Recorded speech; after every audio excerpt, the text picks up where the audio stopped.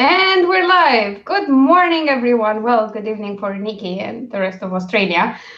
Hope you're having a great Sunday and that you're watching us, although that's doubtful. But if you're watching this in the rerun, the recording of the actual live stream, thank you for being here. I have my friend Nikki here with me for the first genre talk live stream. We're going to have this once a month.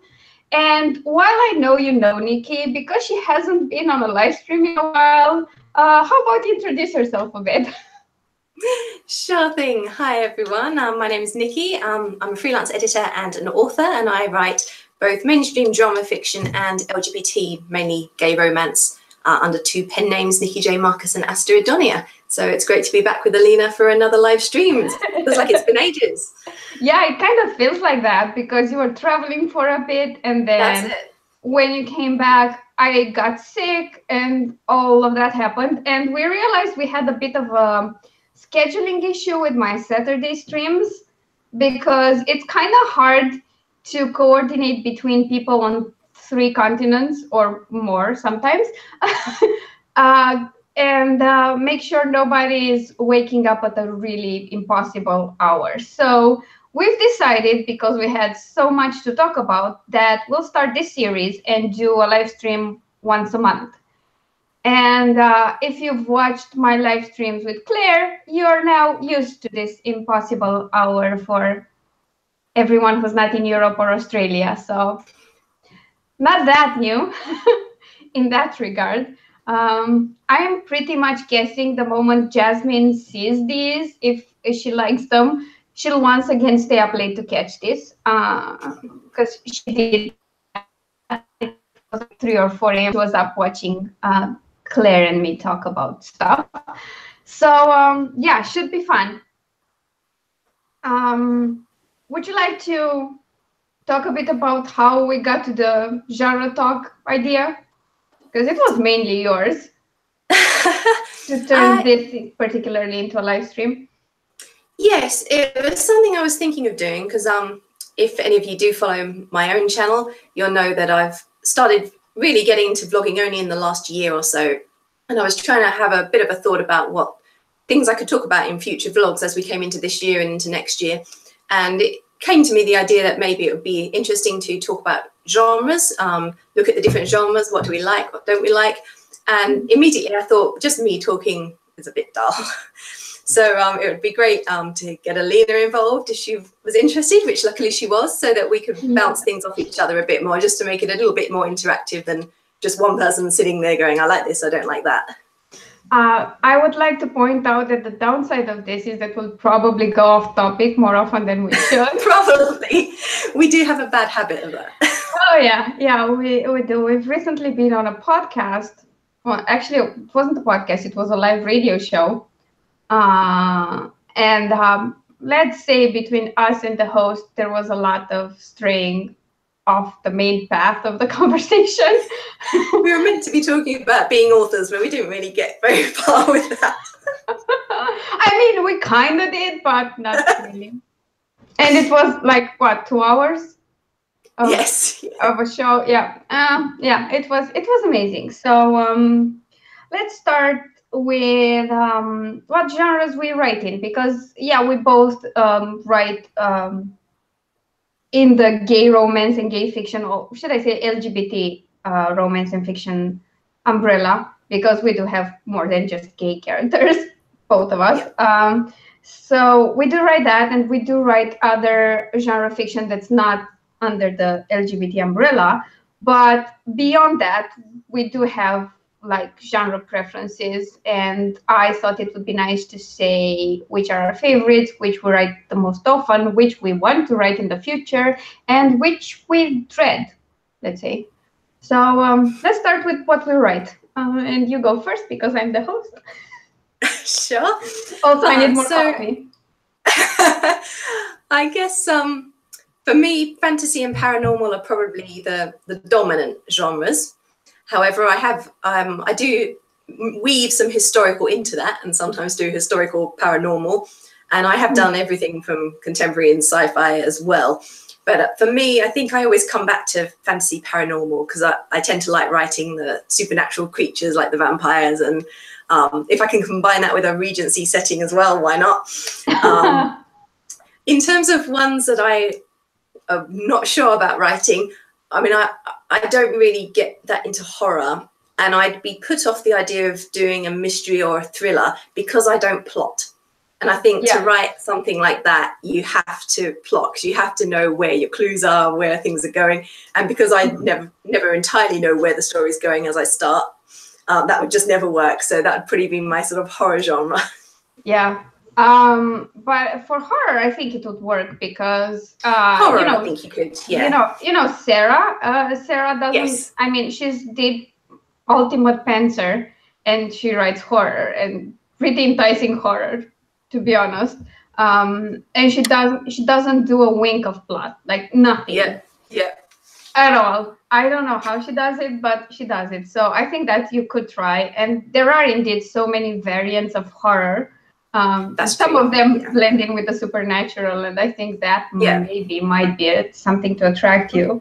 In my case, I do write across genres. I've written everything from urban fantasy to paranormal romance and contemporary and sci-fi and things like that. But I am biased towards sci-fi and everything under the fantasy genre. So urban fantasy, alternate history, paranormal romance. I might just try something closer to high fantasy. Well, not high, more like epic fantasy, the longer things with.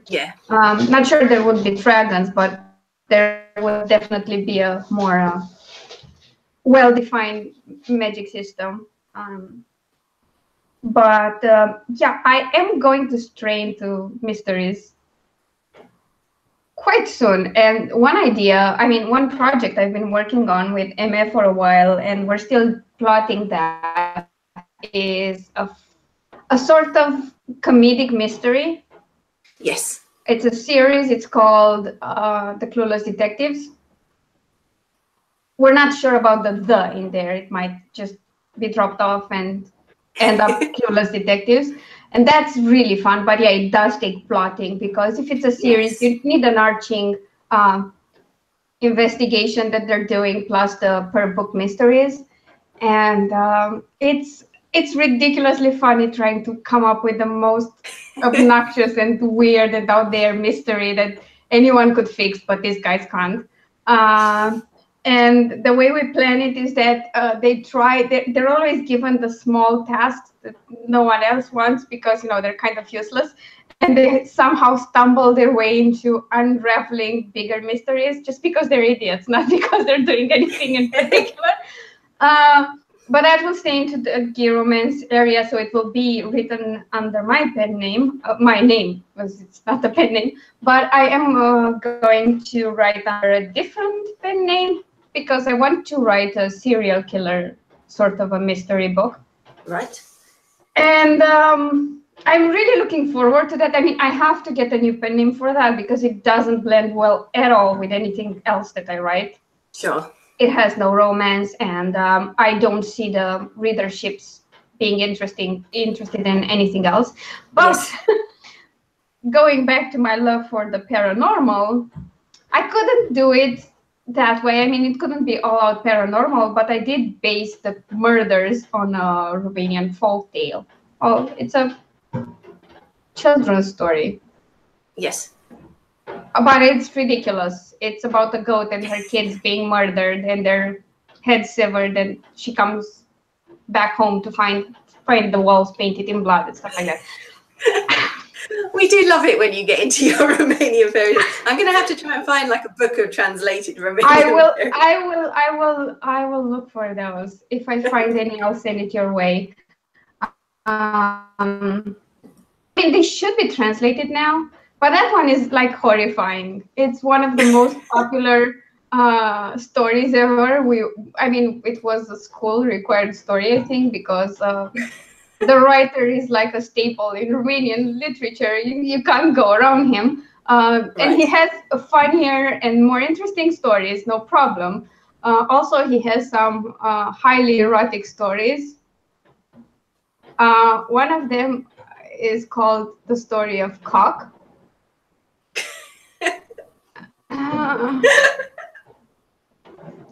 Although I don't think cock is the right word, given how crude the Romanian version is. Okay. I need to think of something worse. Yeah, no, it's pretty much at some point in the story there's a field and somebody's just growing penises. It's an entire crop. So, mind you, this wasn't a modern writer. Like, it was a while back. Like I think 1800s. I was going to say, it's not 18th century, is it? Because, you know, through those mid to late 1700s, all anyone wrote about was sex. No, 1800s. So like 19th century. Yeah. But yeah, so I picked the greatest story ever to fuel a serial killer, I think, because it's so horrific. I mean, seeing it once would scar you for life, and seeing it twice to realize it's a serial thing, that would be traumatic for everyone.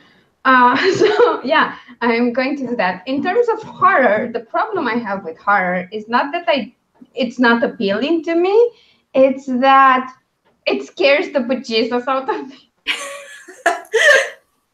I avoid scary things. Like, if you remember the first episodes, or actually the first couple of series of Supernatural, where it was kind of high on the fear factor, I had trouble watching those. I mean, I liked the premise, but it was a bit of an effort to watch them because they were scaring the crap out of me. I should say the moment I started this, I was living in a house that was like on the edge of the village, let's say. It was a suburb or a satellite village for Bucharest. And it was literally my house, a tiny road, and then the fields. So, yeah, that didn't mix well with me watching Supernatural at night. The first But there weren't any season. scarecrows in the field or anything. No, but there were crows. I can't remember which season that was in Supernatural. There was one with like a scarecrow or something that came alive. I remember. Yeah, I remember my sister hated that one. So yeah, because we started talking about Supernatural, maybe let's move into genres we like to read, watch movies and TV series in, and things like that. Okay, so if I start with reading, I actually read fairly widely. I mean, the only things that I absolutely avoid tend to be true crime. It just doesn't interest me. And real chick lit, you know, like Mills and Boonsy, contemporary romance kind of chick lit. I'm not a big fan of. Otherwise, I read pretty much anything. But I do have a preference for fantasy, paranormal. I love my classics. And I like the sort of modern literary styles of people like Haruki Murakami, Milan Kundera, people like that. I can hear Ares. Ares is having a wander around, is he? No. I think you're hearing Green on one side. Oh, okay. He's just, you know, sitting there and doing some cleanup. Now he's come to say hello. Hello, Ares. Yeah. So I'll read a bit of anything. I enjoy reading non-fiction as well, which we probably won't touch on quite so much in our talks during these genre things, but I particularly enjoy his... We can always do a dedicated live stream for non-fiction. I have no problem with that. I like his history particularly for non-fiction. In terms of film and TV, I'm probably pretty similar. Interestingly, I don't read a lot of sci-fi, but I do enjoy watching sci-fi. So I really enjoy the things like Star Wars and Firefly and shows like that, but I don't really read sci-fi. Unless it's comedy, I will read sci-fi comedy. So Hitchhiker's Guide, the Red Dwarf novels, things like that, I will read. But I'm not really into that really heavy, serious sci-fi where there's a lot of scientific explanation and things like that. Oh, so you don't like hard sci-fi? No. But I will watch any sci-fi. I'm just not a big reader. I don't watch a lot of horror. I actually loved horror in my teens, and I had a little and I swear I say teens, I'm probably talking about 11 to 13 or 14. Mm-hmm. And I had a big horror phase, and all I wanted to do was watch horror movies and read Stephen King books. And then I got off them and I started just reading classics, and I read nothing but classics all through my mid-teens. Mm-hmm. And then when I had to go and buy, they used to do Penguin Classics at my local bookstore, and you used to be able to get 6 for £5. Oh, nice. Back when I lived. And I did that for years, and I just read all my way through Dickens, Austen, everyone. And then I went to buy a book after I'd pretty much covered them all that was in the series there. And it was like £8 for one book. Nearly had a heart attack. But these days I've kind of gone off the horror, and it does tend to scare me more. It didn't scare me at all when I was younger, but it does tend to scare me more now. So I don't really watch a lot of horror.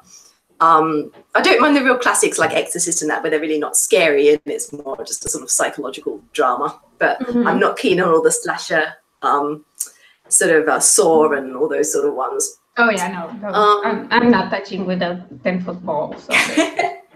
So I mean that's pretty it. I mean it is pretty wide. Apart from avoiding a bit of horror, I watch most other styles. Bit of Nordic noir. A bit of everything. I enjoy British comedy. Oh yes, and that's pretty because I've been brought up obviously watching British comedy. I'm not so keen on the American style comedies. So I'm not all. Yeah, I mean I like all the classic sort of 80s and 90s British shows, like Red Dwarf, British Empire, Vicar of Dibley. What other ones? Blackadder, obviously. So. Yeah, so I'll let you tell us about yours now. So I read pretty widely as well, with the major distinction that I do enjoy sci-fi a lot. My first sci-fi was I, Robot when I was about 10. Like I think I was 10. It was one summer. I think it was the same summer when I started my now famous, because I talked about it much, novel with the boy I liked. That turned out to be a knockoff of Never Ending Story, but we won't talk about that. So I was just having a look around, and I have quite a lot from several countries. I've read like French literature, English and American, obviously, but some Russian. Of course, Gabriel Garcia Marquez and others from the like Spanish and South American areas. I have a bit of everything. The thing is, like, I've always been a weird kind of reader, because growing up in school, I was never reading what other girls were reading. So I was reading what the boys were reading. I was big into Dumas and the Three Musketeers. Yes. And like Karl May and things like that. I read a lot of Agatha Christie. I think I'm pronouncing her name Agatha. Yes, yeah. Jesus. Agatha. Yeah. Agatha. I don't know why. I mean, sometimes like with most names I have no problem, but sometimes I can't just make the difference between the Romanian and the English pronunciation, especially when I've heard it a lot. And Agatha Christie was popular here, like super popular. The books displays were filled with her series. So I read a lot of that. I read a lot of Romanian literature as well, because school and stuff. And I think fantasy was the genre I got into the last part of my teens, because other than fairy tales, there wasn't much. But then things happened, like Interview with the Vampire, the movie came out, and it came out, and then later on it made its way to Romania, and that's when they started re-releasing the entire Anne Rice books. I think some of them were translated then. And that's when I was introduced to the paranormal side of, kind of urban fantasy-ish stories. And kind of didn't look back. But it was hard to find good fantasy here. I mean, it was common to first get the movie and then get the books. That's what happened with Lord of the Rings, Harry Potter, Bad Blood. Oh, Bad Blood. No, Bad Blood is mine. True Blood. Jesus Christ, what's wrong with me? Vampire Diaries and so on. By the way, hated the Vampire Diaries books. I just did not like them. I was too old to enjoy that. It was crap. Same with Harry Potter. I never got into it because I was I was like in uni when the first movies started showing up. Yes. So, no. I don't mind the movies. I have read all the books, but I'm not mad about them. Vampire Diaries is interesting because I read them when I was a teenager and I thought they were the best thing ever. Yeah. Absolutely loved them.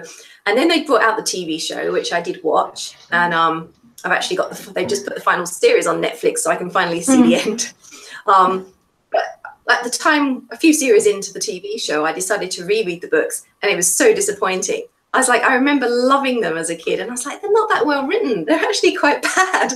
Yeah. And I was so disappointed. It ruined my childhood. Well, that happens sometimes. So, yeah, I think what I read kind of translates into what I watch as well. I mean, I have classics too. I have some Dickens and some, what's there? I have Frankenstein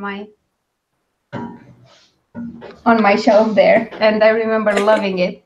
I did steal some of the romances from my mom when they started showing up, and Nora Roberts was my favorite because the others I didn't think were that exciting. So I was like 14 or 15 and reading romance when my mother wasn't looking.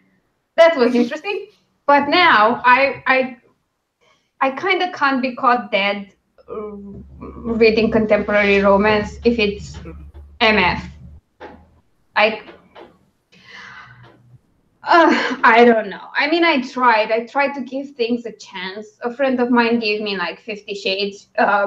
Soon after it was published, she had a British edition because she was living in the UK, and she gave it to me, and I struggled for the first 100 pages, and then I was done. I didn't need anymore. It was so annoying. But I do try to find at least a few romances that I enjoy, and I did, but it's very hit and miss with MF. Well, when I stick to the LGBT romance side of things, it feels more appealing to me if it's contemporary. Yes. I think the stories are less tropish. Yes, I think so. And you have more variety in characters. For the other side of romance, it kind of tends to stick to the same archetype of women and men, and it's annoying after a while. Some romantic comedies work actually a bit better, but not all. Yeah. And for the other genres, I do try to read at least one book in everything. I did try to read reverse harem book.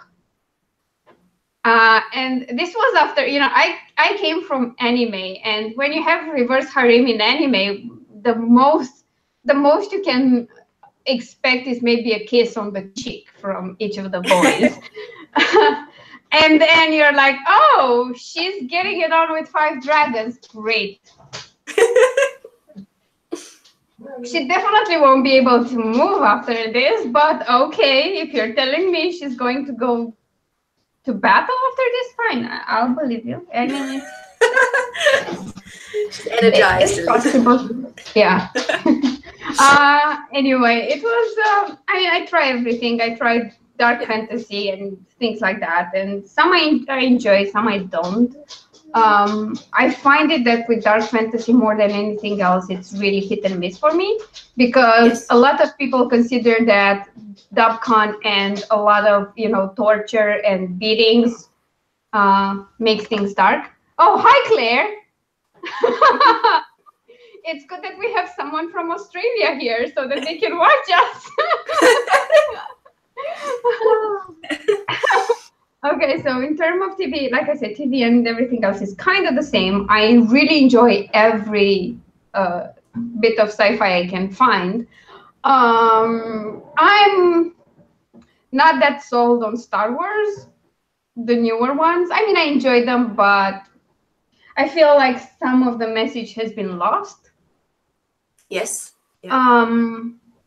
I do understand what they're trying to do with it, but not particularly into it. Of course, I was introduced to sci-fi TV series through Star Trek, Yes. and there's a reason I didn't watch the new series at all.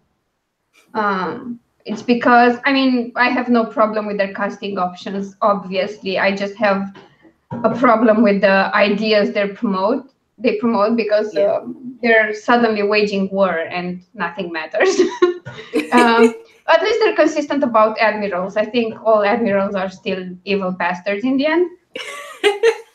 I did watch Discovery, but you see, I haven't watched all Star Trek. I'm not a big Trekkie. I watched the new films. I like the new films. I enjoy those. I've seen the original series, the Kirk Spock ones. Yeah. I've never watched all that middle one of Deep Space Nine and Next Gen or anything. Deep Space Nine, I've caught glimpses of it, but not much. Next Generation was the first one aired here, and I watched it religiously. So yeah, I kind of like. I mean, I'm into hard sci-fi, and I like the more romanticized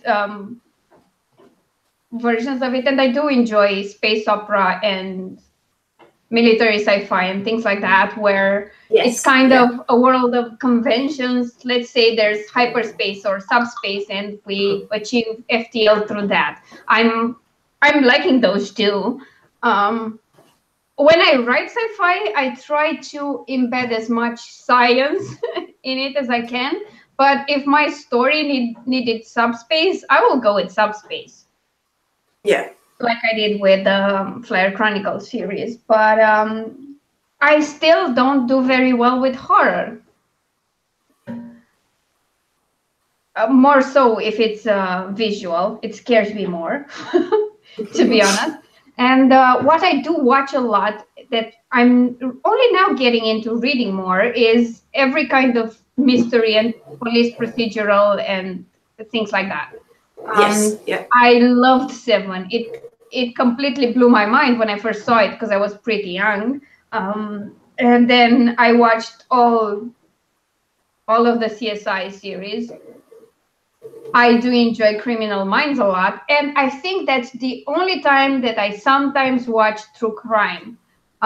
Because there was a series on the Zodiac Killer and the group of data scientists and code experts and a couple of investigators, and they were trying to break the Zodiac codes. And that was like a true crime sort of a documentary thing that I enjoyed. But I've never gotten into the American ones. Like I've never been able to really get into CSI, NCIS, or anything like that. But I do enjoy the Scandinavian ones. Oh yeah, those are great, and I will watch some of those. I really enjoy some British ones, like Midsummer Murders is one of my all-time favorites. I love that. It's awesome. Also, I know that's not how things were, but if you were to judge the British countryside based on that series, I mean, it's the scariest place to be in ever. Like, 2 houses to your left, someone killed their wife, and then the house next to you, someone died because it always escalates into more murders per episode. They missed a really good opportunity though. Have you seen the show Escape to the Country? Do you get that there?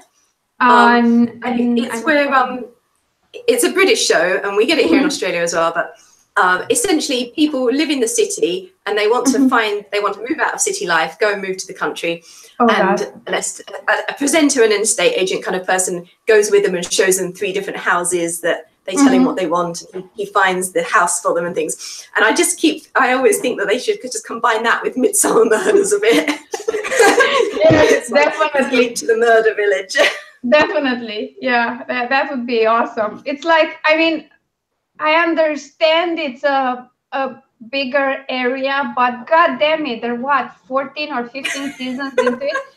The only problem I have with British series is that they're too damn short.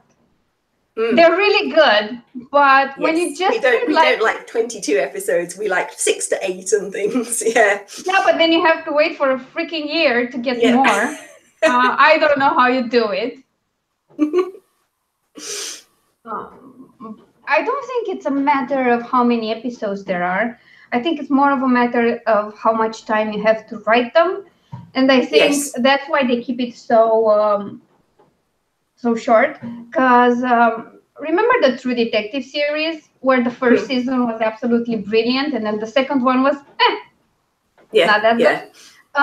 I do think it's because of that, because the first one had a lot of time to be written and thought over, and make sure everything was flowing nicely. And for the second one, not so much time, because they had to do it season to season. Yeah. So there's that. I mean, I get it. I have to wait, but it's really annoying sometimes. Like, really annoying. And right now, what they air here is kind of the same season that's running elsewhere. They're up to date with them. And finally, we have Netflix. I mean, it's been a couple of years, but before that, Netflix was not available in Romania. Yeah. And that made things very interesting. Yeah, I loved it too, Claire. I think the first season of True Detective was absolutely masterfully done. I loved it. And I have this thing for serial killer things, like books and movies and TV series. But the thing that makes them appealing to me is that they get caught in the end. I do not like it when they go free, or the evil persists. Like, I would never watch Japanese horrors because evil wins in the end. No, that's not okay. I can sit through the horror of it all if it all ends well. If it doesn't end well, I can't be bothered. The one I do love, serial killers though, is Hannibal Lecter. And I mean, I loved all the old films, Silence of the Lambs onwards, but I did adore the TV series as well. And I think the thing with Hannibal is you do kind of want him to get away with it. So that's almost the opposite of what you're saying, because I always had this bit of a thing about Hannibal Lecter. It's like, yeah, he eats people, but he speaks several languages, he plays instruments, he'd take you to the opera. It's like perfect boyfriend material, except for the cannibalism. Yeah, well, I mean, everyone has a downside. That's right, everyone's got their bad points. I mean, some boyfriends would abuse you. This one would just murder and eat you. So, but he'd entertain the life out of you before. I never got the Hannibal Lecter thing. I've seen parts of the series, and I really wanted him to get caught.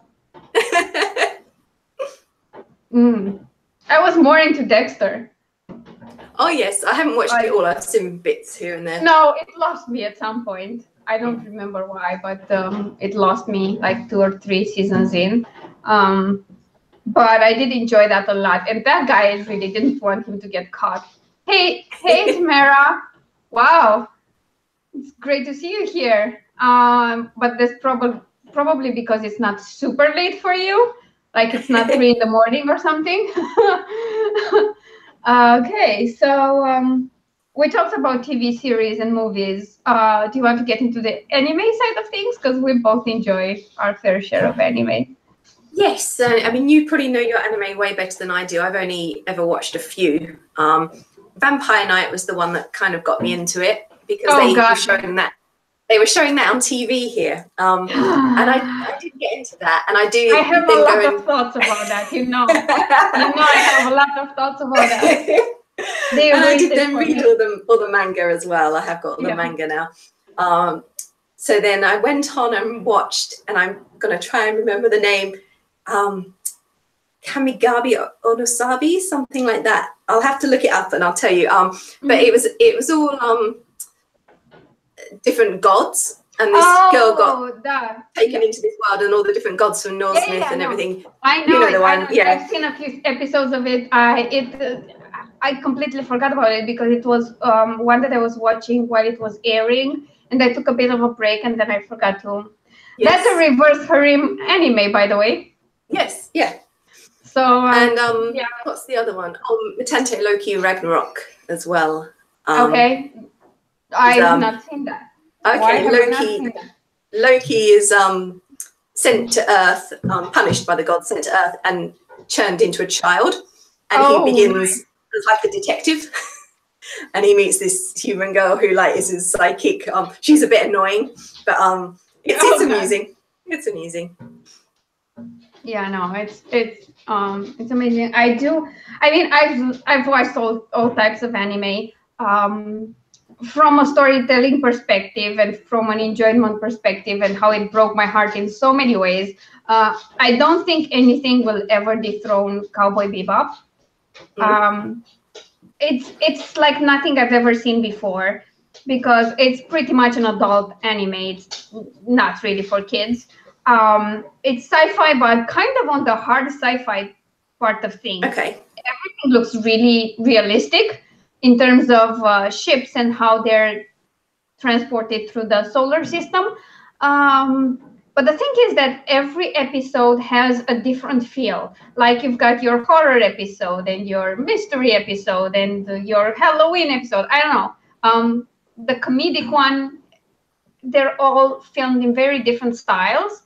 Yet the series is held together really nicely, and everything is built up in time and then wrapped up nicely in the end. And the thing I love the most about this series is that, I don't know, in some series, and it's anything from anime to books to movies, you feel like you've got a cast of characters thrown together because the plot requires it. But otherwise, you wouldn't see these people together, like hanging out and being friends.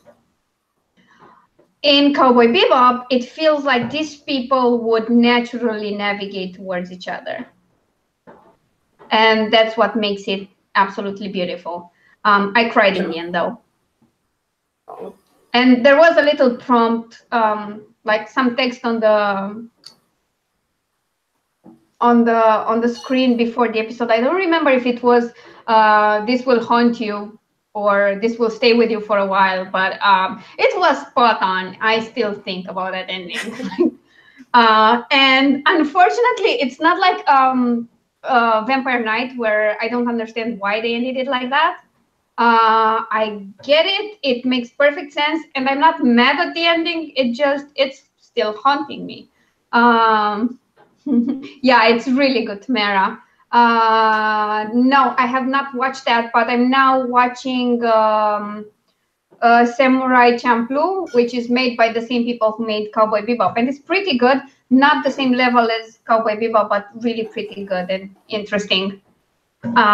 It's kind of cool to see the blossoming samurai era and then have some hip-hop tunes mixed in. It's weird, but it's nice. So yeah, and Vampire Knight, like, I have to talk about this. I'm so happy I asked you about the final movie before I watched it, because if I would have watched that, I would have broken something, like, definitely. I think it's a poor excuse for an ending. I didn't like it, I know. And I was so convinced they were going to do that. Yeah, you definitely need to find it. It's kind of hard to find because it's not very new, but yeah, if you get it, just watch it. So yeah, no, I enjoyed reading the because I read the manga after I'd seen the 2 series of the anime, and I definitely enjoyed that more because you kind of got a sense of how it kind of didn't really finish in the anime, you know, because the story went on in the manga, and I think it made a bit more sense. So yeah, and I looked up the name of that show so that I can say it properly. It was Kamigami no Asobi. Yeah, and that's still pretty nothing for my Japanese pronunciation, but God that's the one. Or something like that. Yeah, no. I think, I mean, it's kind of weird when speaking of anime and their genres, I mean, they can be so cutesy and lighthearted and everything, and then they get so dark, like darker than dark, and they break you in all the ways imaginable. They don't stray away from tragedies or exploring like really dark sides of humanity, and I find that interesting. Um, but also, you know, you watch this series, and when it's romance, and especially high school romance, you go like, seriously, this is how you act in relationships. And I'm thinking they are like that, and I'm like, well, it's no wonder you have a problem with natality. I mean, it took you like what, 281 editions of this manga, and you barely kissed once. Great. Yeah, totally makes sense. And you know what? While I watched this, I remember how high school life was like, and how much necking was going on everywhere in high school, to the point that it annoyed the crap out of me. You see, I went to an all-girls school, so I Oh missed God. it. Oh God. Like, I don't know if you know this, because I don't know if you read this series, but in Dusk to Dawn, there's a scene where Seba is just, you know, perched on the window. He's up the heater. He climbed up the heater, and he's looking outside the window, which the window is kind of at the same level with the ground, because Yes, he's yeah. in a kind of a half basement, and he's trying to watch the yard, and there are a couple blocking his view, and he has some choice words for them. That's actually exactly what happened to me, with the exception that it wasn't a gay guy with his best friend. It was a couple, and they were like fused together perfectly and blocking my view. And I did say something to them, and then I did fear that the guy would come and beat me up. So that was inspired by real life events, and that was what high school students did in their breaks: smoke and kiss. That's everything they did. Which was kind of weird and a bit gross for like younger kids like us, because we were like 13, 14, and they were like 17, 18. Yeah. So to us was like, really, don't you have a life? Like, what's wrong with you? Like, you should be studying. But no. So I was like, oh my God, that's such a huge difference in culture. And I always find it like funny that they're so awkward with each other that they just can't, they don't know how to relate to each other. And if they even look at each other long, they're all blushing. And I'm like, seriously? Wow. Yeah, that's interesting. But from what I understand, this comes from the fact that there aren't a lot of co-ed schools. Most of them are boys or girls schools. So I guess that makes sense. I'm so glad I never went to one of those. I would have been miserable. Like, I would have been miserable. Remember how I was a tomboy? Can you imagine me being stuck with a lot of girls? And I'd be like the only one that was lonely because no one would play soccer with me or something. No, let's play with our dolls. No. No, I want to, you know, climb trees and play soccer. And no, oh God, this would have been like my worst nightmare ever. Jesus. Okay, we were talking genres, apparently. An hour ago. We did kind of talk Well, about we it. didn't stray too much, I don't think. No. So I wanted to ask you something, and I forgot now because I'm an idiot.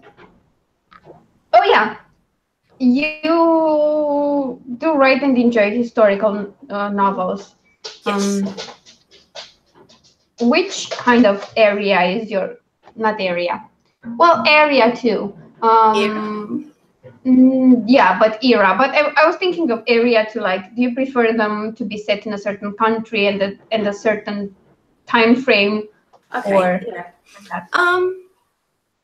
I'm open to anything, but I do tend to read a lot set in England, particularly Regency. I mean, if I'm reading modern historical fiction, if we'll do it that way, I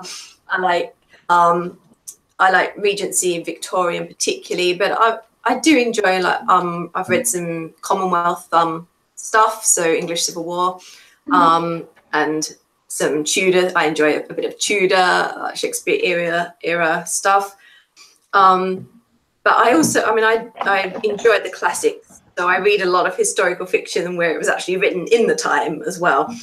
And I read that across. I mean, I enjoy the 19th century Russian, French, as well as the English.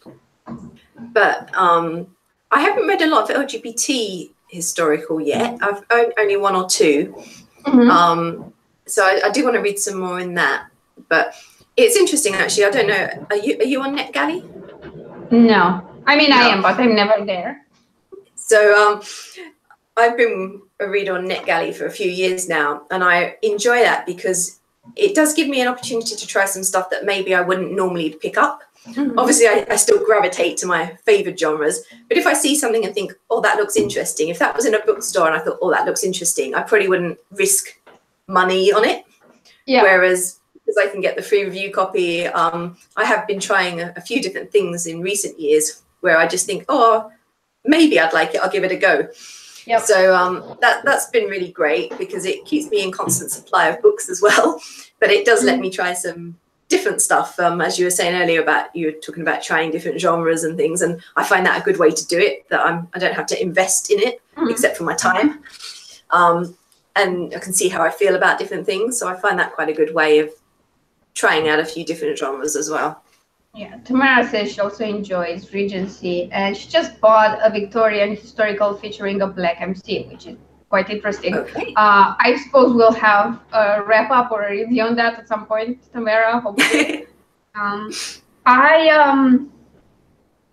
mean, I enjoyed the Three Musketeers a lot, and when there were books involving swords and adventure and things like that, I was severely into it. Right now, I do enjoy a lot that are set in the ancient Rome period. Yes, I do enjoy that. And speaking of LGBT historicals, I did recently read Dominus by J.P. Kenwood, and that's high on the erotic side of things, but as a historical, I found it accurate in how it portrays the Roman culture.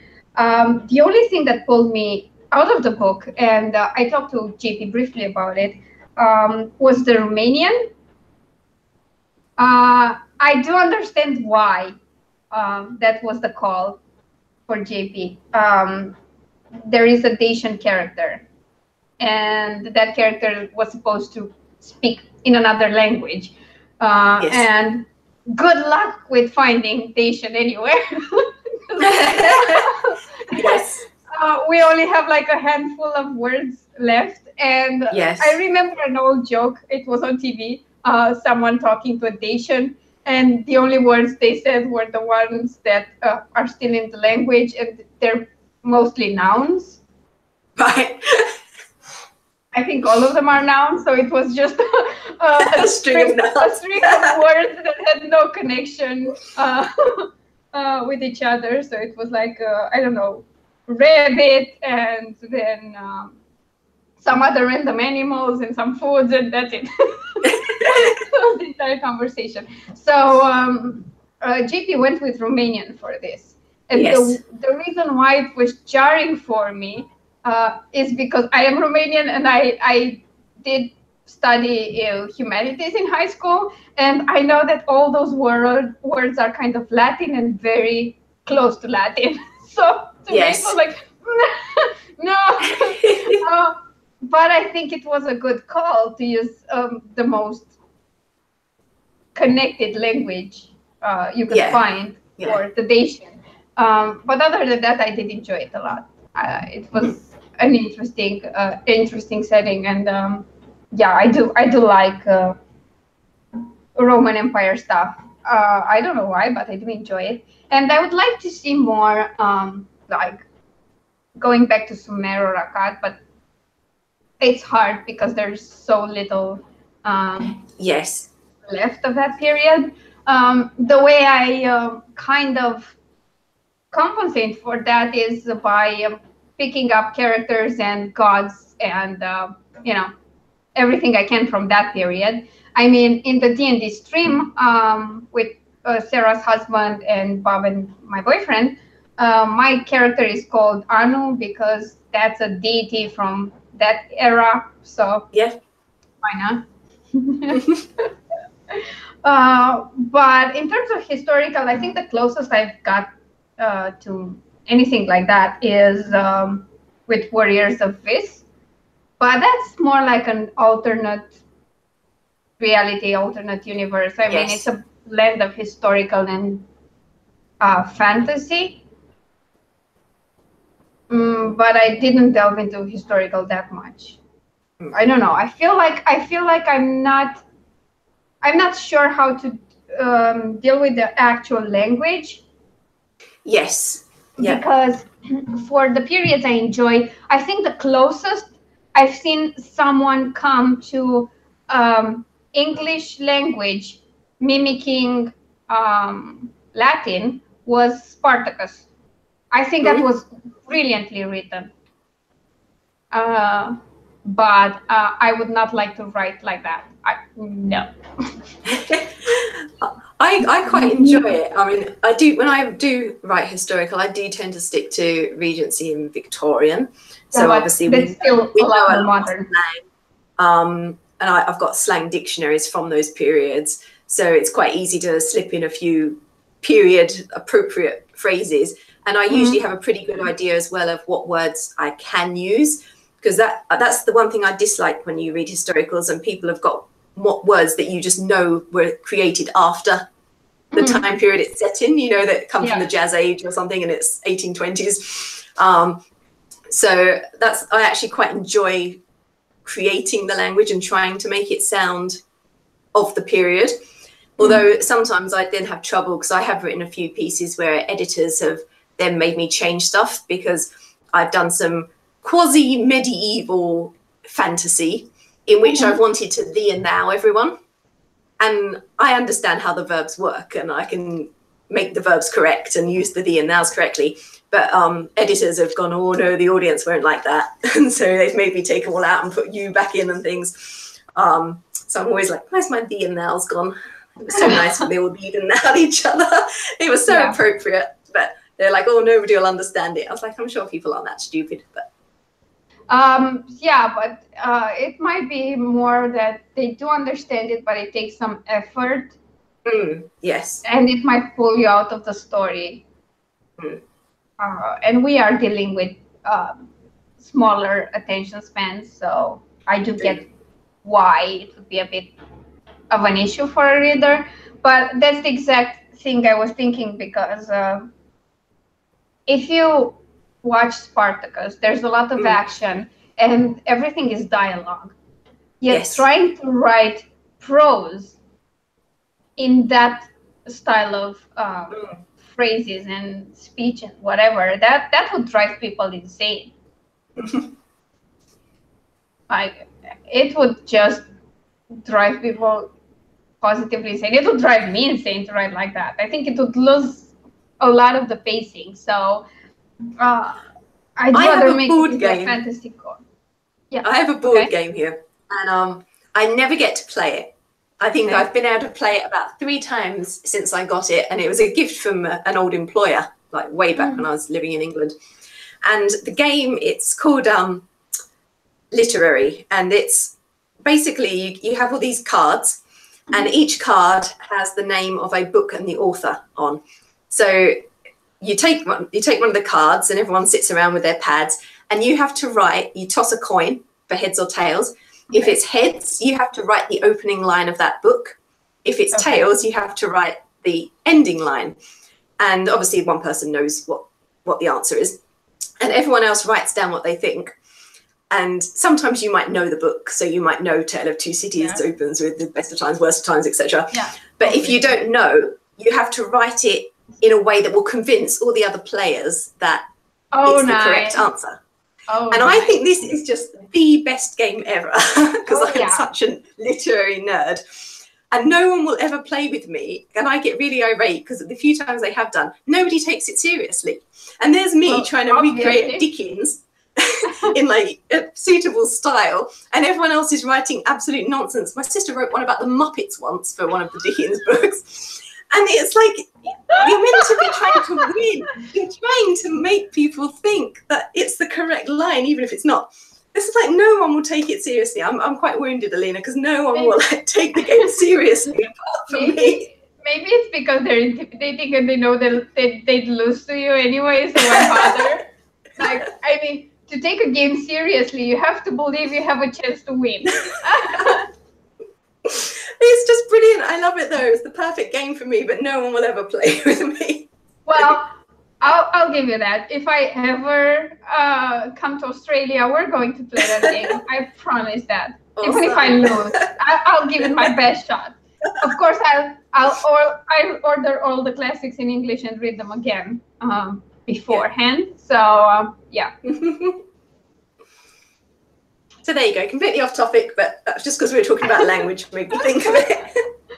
It's fine. Like we're about an hour in, and this is the first time we really truly strayed away from the topic. So we're doing good. We're doing great. It's absolutely awesome. So what else were we supposed to cover today? Because I'm lost now. Like, I don't know. Do we just need to tell everyone what we're going to be doing in future weeks? Oh yeah, we should. Yeah, we should do that.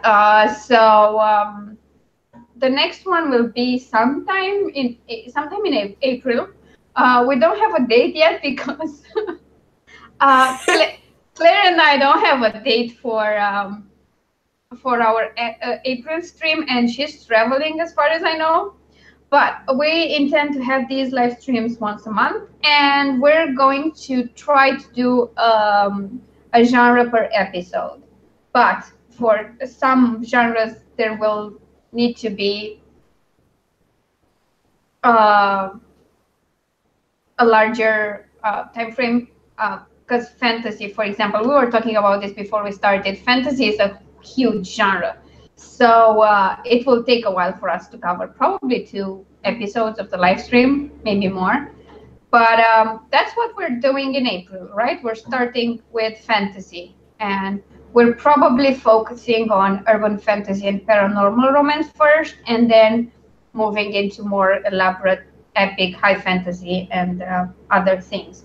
And what we're going to talk about is what we enjoy about the style, favorite books, favorite movies, what we write in that genre, if we do write in it. And I think for urban fantasy and paranormal romance, we're pretty well covered, right?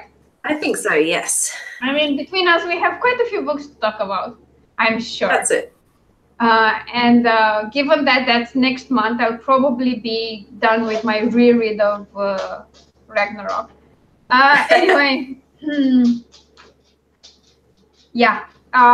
In case you didn't know, that book is like 700 pages, and I intend to read it for a readathon because I'm insane. Because she's mad. I like to set myself up for failure, apparently. I did choose all the other books based on length, and they're kind of short, but they're still 5 books. And not all of them that short, so we'll see how that goes.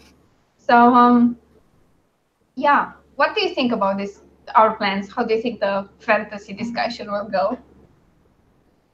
Because I'm feeling like this genre is gaining a lot of popularity recently. Yes, yeah, it was a bit of a dip, I think, and just recently it does seem to be resurging a little bit. So that's good. Particularly, I think the more, well, what I'll very inarticulately describe as the fantasy, as opposed to, I mean, the paranormal urban fantasy kind of thing.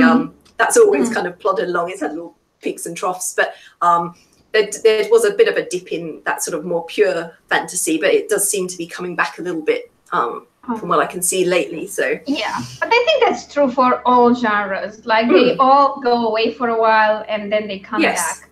And I find it funny that I hear things like, oh, vampires are not back yet. And I'm like, what are you reading? Yeah, there's still stuff coming out. Yeah. I mean, in mainstream publishing, probably they're not back yet. But if you look at the indie world, there's a lot of vampires happening. Yes. Especially in the LGBT genre, I think. Although I think at this point, still, werewolves and all kinds of werewolves are more popular. Yes. And I don't know whether that's because of that alpha sort of thing, because people seem to like that a fair bit in particularly the MM style. Yeah. Oh, and the Omegaverse, which I can't stand.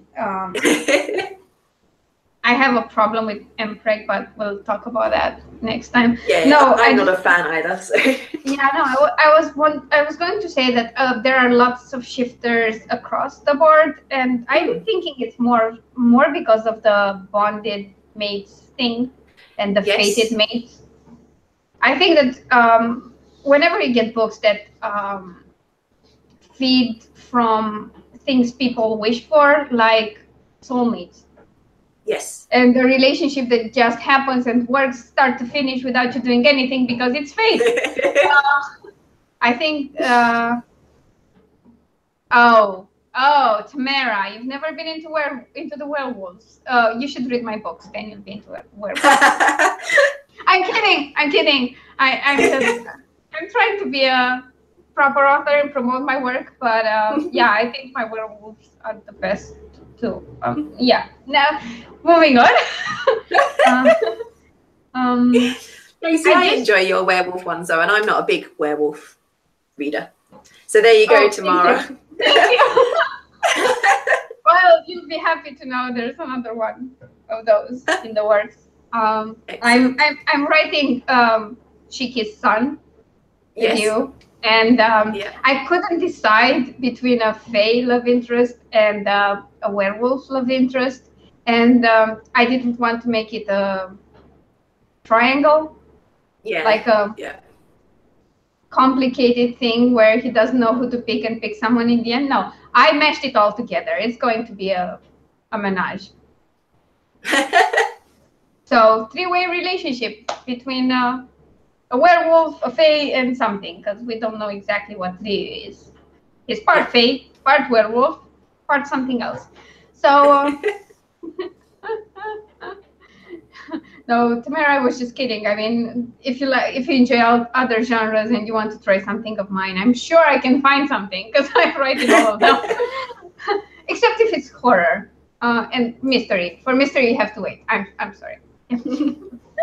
So let's talk a bit about genres we see emerging right now, because there are some that are popping up and super popular right now, like lit RPG. In the following in the footsteps of Sword Art Online and all the isekai anime, I suppose. But that, from what I know, it's a really hungry audience. They pretty much eat up everything that you put out in lit RPG. If it's good, I mean, you can't publish crap and expect it to work. But yeah. And I've also noticed, like I said, reverse harem. Yes. That's big. That's big. Kind of weird. And a lot of dark fantasy. Yes, I've definitely noticed a bit more dark fantasy around. I've not read a lot of it myself, but I do see them popping up a bit more than they used to. Yeah. Yeah, and kind of like alternate history. Yes, I was going to say mixed in with the magical realism kind of thing quite often as well. And I feel like in urban fantasy too, witches are starting to be big. Yes. And of course, there's this boom of cozy mysteries. I feel like everybody's writing cozy mysteries. I know. Now. I actually do. I do a blog hop every week on my blog. And I actually joined 3, and 2 of them are ones where you do a little quote from the book you're reading. One's book beginning, so you quote the opening line. One's Friday 56, so you quote a line from page 56. And the number of people that are in that hop, and as you go through and look at what they're reading, they're nearly all reading cozy mysteries. Yeah. I think I've just found like the Cozy Mystery Society on the internet in these blog hops. But everyone just seems to be reading those. Yeah. I mean, they don't particularly appeal to me, although the covers are quite cute usually. There's often a cat and things on the covers. Yeah, Tamara is actually writing a cozy mystery. And Tamara, even if I don't finish mine by then, I'm definitely reading your cozy mystery. The mysteries I've read a lot lately are Claire's, actually. And I think you'd enjoy those.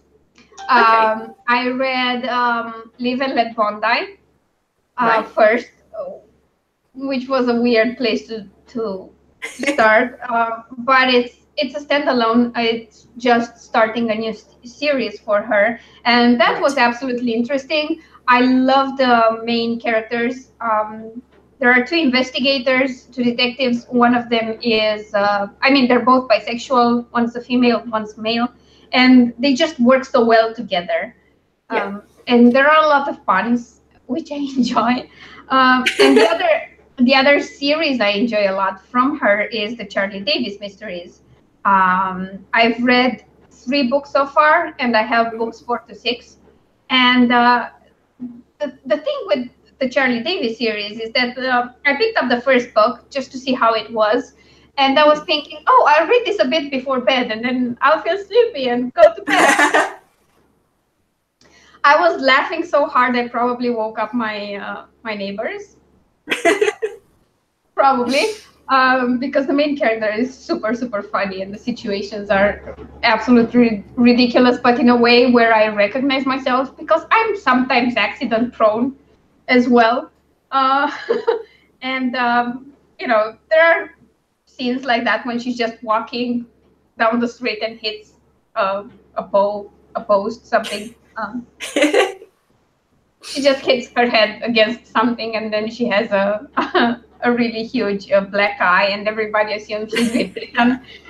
It's interesting because I can relate to that. I do bruise easily, and I just walk around the house and get bruises all over my arms. And at some point, I was wondering, when will people ask if my boyfriend beats me up? Of course, at the time when I was wondering that, I was at least single. So I was like, no, definitely no boyfriend beating me up. Like, definitely. But yeah, I am. I mean, I've been known to just kneel in front of people because I fell while walking. And of course, I can't do that when there's no one in front of me. So that it doesn't look like I'm kneeling in front of someone. No, I have to do it with a lot of, with a big audience, let's say. So it was easy to relate. And the mysteries are good, despite all the fun side of it all. But yeah, I feel like this is a huge trend in the LGBT fiction community, actually. I think every LGBT romance author I know is now writing cozy mysteries. Which I don't get why. I mean, if they would write mysteries in the LGBT genre, I get it. There are some good ones. By the way, I wanted to say that. I don't know if you've noticed, but there has been a lot of good LGBT mysteries coming out in recent years. Like last year, there were a lot. Because I was a judge for Rainbow Awards, and I requested mysteries and some other stuff. And I think the mysteries were the ones that I gave the biggest ratings to. Sure. They were good. I was impressed. Like, I didn't expect them to be so good, given that they were also a gay romance. Like, yes, yeah. It was surprising. Yeah, I haven't read any, but I do remember seeing some around, definitely. Tamara asked you about the blog hop. She asked which one it is, by the way. Okay, I do 3. So I do the book blogger hop, and then that's one where there's a question each week. and you respond to the question. So like sometimes it's book related, sometimes it's just general stuff. The one we did this week was your favorite children's authors. And then I do book beginnings, which is the one where we put the opening line from the book that we're currently reading. And the other one is Friday 56, which is a line from page 56 of the book you're reading. And I'm just going to my blog because then I can tell you who hosts them. If you can give me the links, I will put them in the description of this. Sure, I'll do that. So people can see them, or into the chat, because now apparently the chat stays there when you rewatch the live stream. You can see the chat as well. So that's good. It's Coffee Addicted Writer who hosts the Book Blogger Hop, Rose City Reader hosts Book Beginnings, and Frida's Voice hosts the Friday 56. But I will shortly give those to Alina and she can pop them in there. But it's good fun. There's a few of us that do it. There's usually sort of around 30 odd people that do it, and we just visit each other's blogs and comment. So, I think I would like to do that too for Eyes on Books. Yeah. Because, I mean, I don't know if all of them, but I could try a few. Yeah, I mean, you don't have to join every week either. You can just do it now and again when you've got the time. Oh, I could have them on a 3-week rotation. So every week a different one, and I do each every 3 weeks. That would work great. Because I am trying to post more content on Eyes on Books. Yes. I don't do a lot of reviews, individual reviews, I mean. And I want to do more of those. I do have my monthly wrap up here on YouTube, but I feel like that's not enough. But I'm behind with that, obviously. And all my blog time this month went into building my new website. Yes. Which is taking a lot of work, but it will look fantastic when I'm done.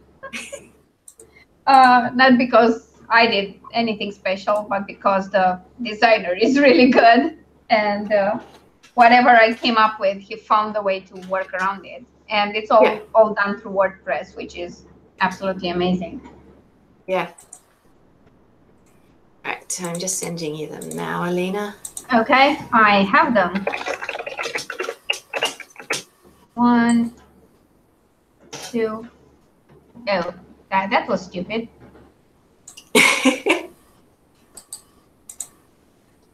Okay, I will paste them in the chat.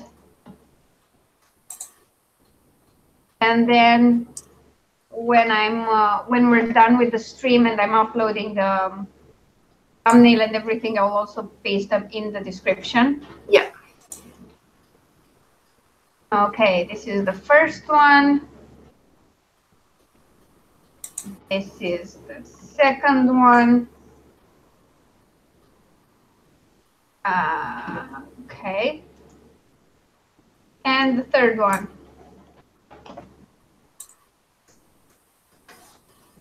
So there you go, Tamara. I will pop them in the description too, just in case. Yeah, they usually go up. I mean, they're in America.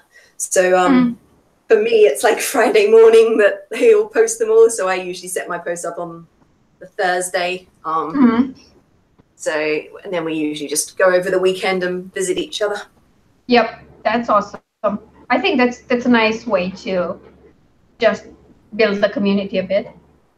Yes, yeah, it's nice just to see what. Sometimes you get a few good recommendations. I mean, as I said, there's a lot of cozy mystery readers out there in that group, which doesn't really interest me. But some other times they've been reading books that I think, oh, that looks good. I'll add that to my list and things. So, oh my God, I'm trying to find your blog because Tamara asked. Okay, just NickiJMarkus.com. Yeah. I did remember that, to my my surprise. There you go, Tamara. This is Nicki's, and this is mine. Oh God. Eyes on Books. We're both pretty open to hosting other authors, so whenever you have book releases, you should send them our way. She says when Claire sent me details about her new release ages ago, and I haven't posted about it yet. Yeah, I mean, oh, awesome, thank you. But my newsletter is on my author site. The site I gave you is just about books and reviews and stuff.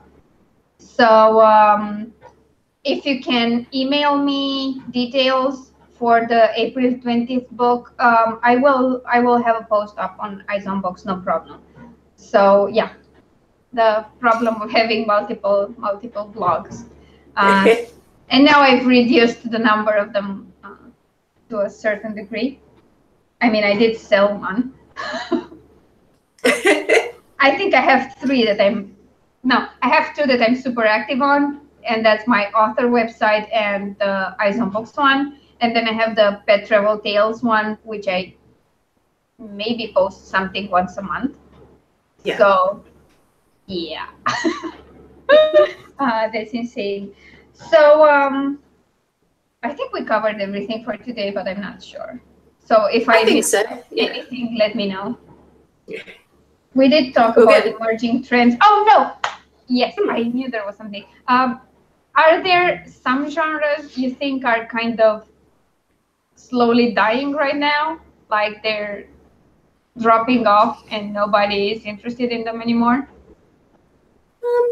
I don't know. I don't think particularly I've noticed. I mean, you always hear people going, oh, no one's reading such and such. And then usually people respond and go, well, I'm reading it.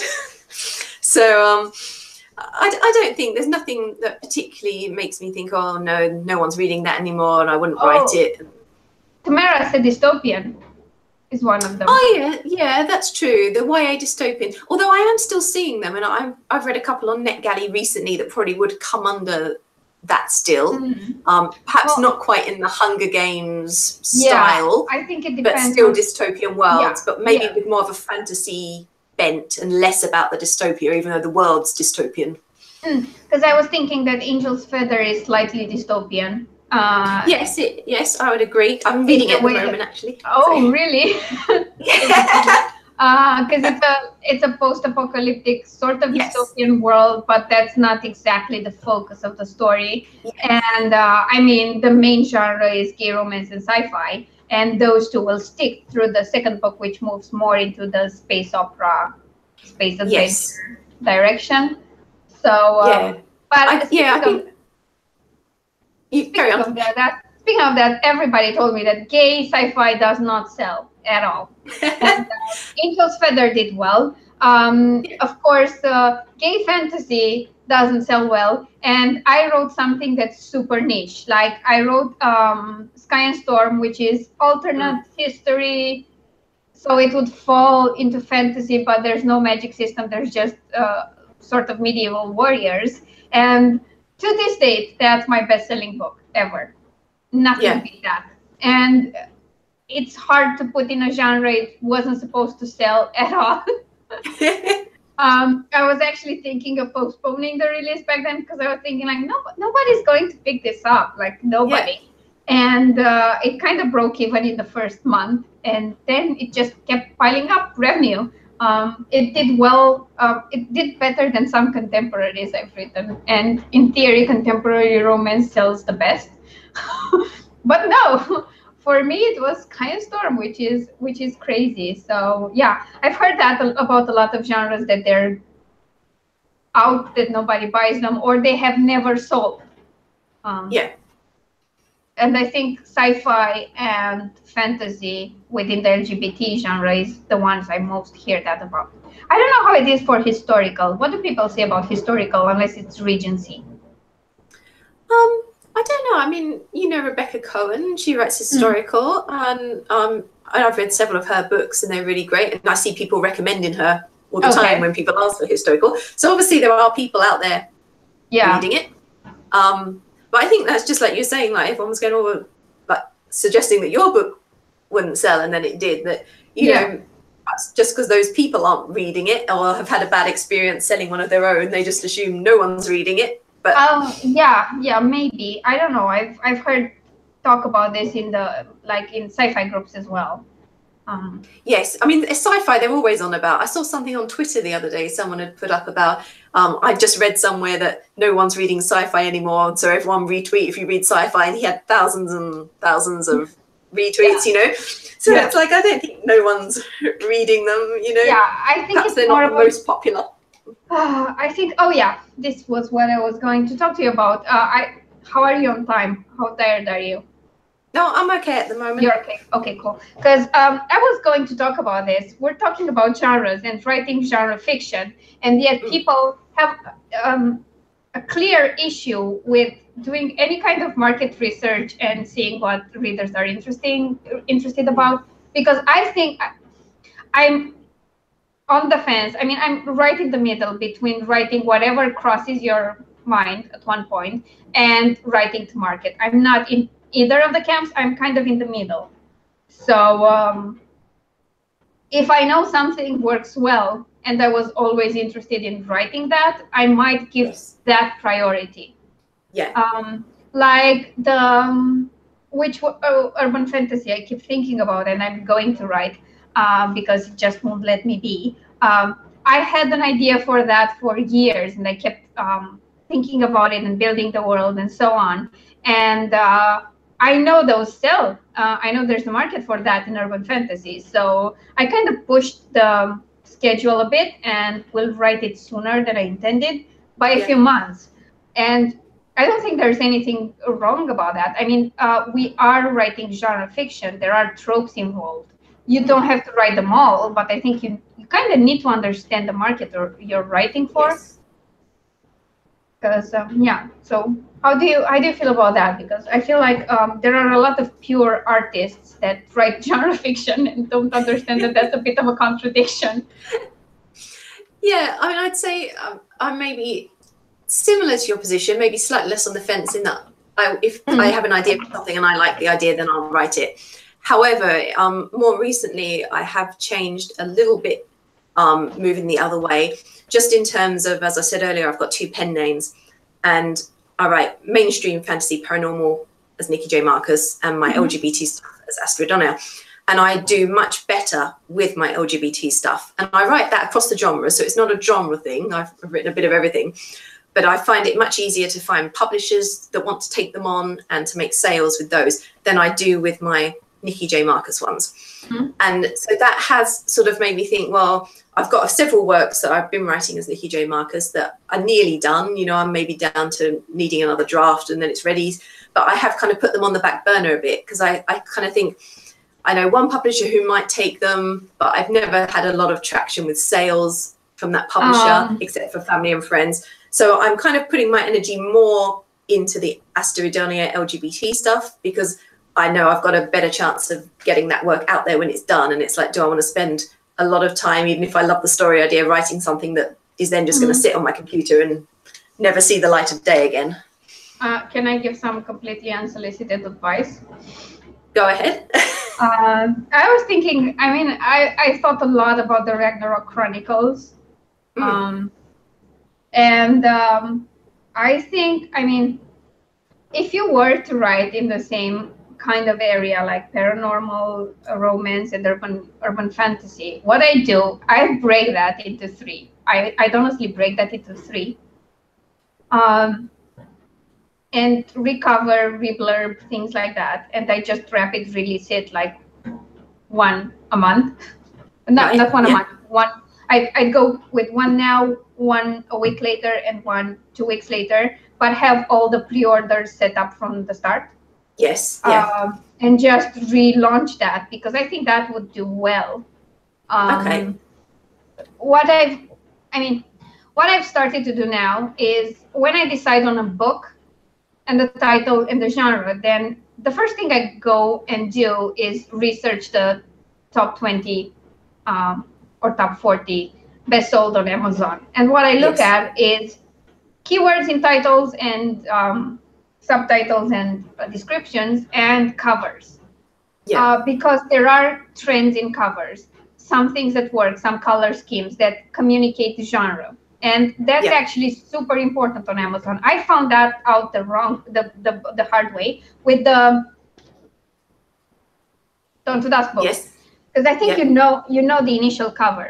Yes. Yeah. Those, which was pretty atmospheric. There was just a small shape of a human in the background, and I wanted to sell that as contemporary gay romance, and nobody got that from the cover. Right. So sales were kind of down. The moment I recovered them, they worked way better, way better. And that's what I'm trying to do to help myself promote my books, I guess. I don't choose what to write based just on market trends and stuff like that, because it doesn't work like that. But once the book is done, I try to focus on the cover and how often I release them. Because I know, for example, nobody told me about this, and you'd expect the publisher to know better, but they never told me this. You shouldn't wait very long between books in the same series when you're indie or going with a very small publisher, because people don't have the patience to wait for you.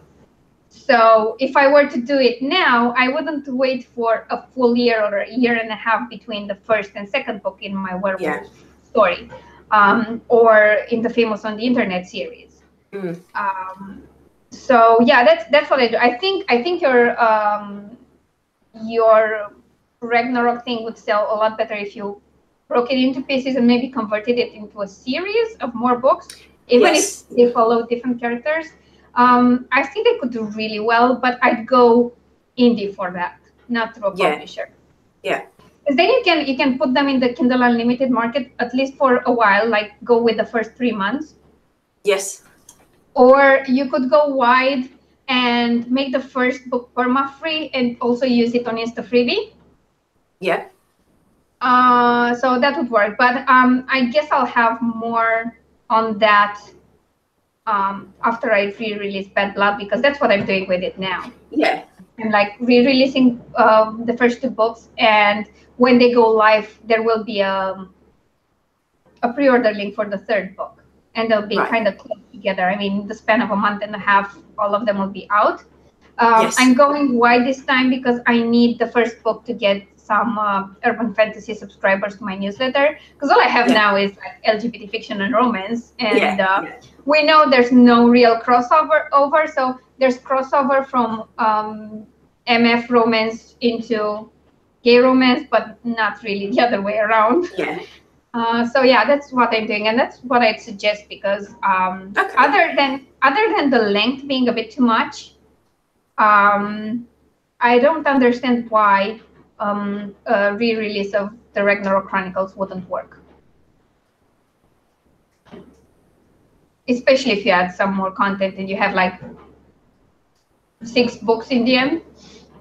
Yeah. Because then you can also have the box sets for the first 3, then the next 3, and stuff like that, and those sell well. Okay, I'll keep it in mind. Yeah. And I am going to just so everybody knows, I'm going to document this re-release of my series. I'll make a series of videos highlighting why I decided to do it, how, and how it works out. So if it works out, I'll share all the insight I have. So that should help. But yeah, I think when it comes to something that's not gay romance, it's a lot harder to get a publisher that actually does something for you. And for that, I'd suggest just going indie. Especially in your case, because like Claire, you're an editor too, so you could self-edit and just get a proofreader. In the end. So I think it's worth it. But yeah, we can discuss this later, of course. Okay, so I hope everyone enjoyed this first installment of Genre Talk. We're going to be here every month, and we'll have a date to share with you shortly. Probably next week, after I get a chance to come up with dates with Claire as well. Wait, Samara had another question. I did travel a lot internationally since I was quite young, Tamara, and I've been to North America, both US and Canada. I've been to a lot of countries in Europe, and I have been to Turkey all the way into the eastern side of the country. So yeah, that's about it. And that's what I was writing about, and other places that people wanted me to write about. And I had guest bloggers too, so yeah. And we can chat about that anytime you want. So, Nicki, any wrap-up thoughts on the topics that we covered today? I don't think so. I mean, we've sort of started to touch on a few things, but we'll get more into in depth on those as we move into the each particular genre. So I'm sure we'll have plenty to say about fantasy over the next 2 months or so. Oh yeah, definitely will have, and we'll get more into covers and blurbs and titles and tropes that sell. And Tamara asked if you're looking for new people to edit. Yes, always. I work freelance now, so I accept work from any indie authors. So you can see details on my blog about that. It'll take you to my editing blog. So feel free to drop me a line anytime. Just for a little promo, Nicki did edit quite a few of my books, both with my former editor, publisher, and after that, she's the one who edited Live to Follow, by the way, which is my second werewolf book. So yeah, I vouch for her. Thank you. My pleasure. Okay, thank you everyone for being here. We'll communicate the next date as soon as I can. And that's important to note, the next live stream will actually be on Nicki's channel. We're going to take turns hosting those. Her channel is linked in the description down below, and I strongly invite you to subscribe. And yeah, enjoy the rest of your Sunday. Those of you lucky enough to have a lot of it left. Not Nicki. Not me. Because it's like evening for her. Unfortunately, I'm sorry about that. That's okay. I mean, I'm not sorry for myself. I mean, even if it were evening, because my weekend is Monday and Tuesday anyway, so. Yes, because I work freelance from home, I don't really think of the weekend as the weekend anymore. Yeah, so if I've got work, I'm working. If I haven't got major work on, I'm doing other stuff. So yeah, that's quite true. Okay, we'll see you all later. And if you have any questions on any of the topics we talked about, please leave them in the comments down below. If they're for me, I'll reply as soon as possible. If they're for Nicki, she will. If they're for both of us, we'll both chip in with her. Tremendous insight, because as the guy on the radio show said, you know what you're doing. Oh God, it was nice. It was nice. We never knew that, but yeah, we never knew we were good at our job, but apparently we are. We're not convinced, but you know, it's all good. So yeah, enjoy your Sunday, and we'll see you later. Bye. Bye, everyone.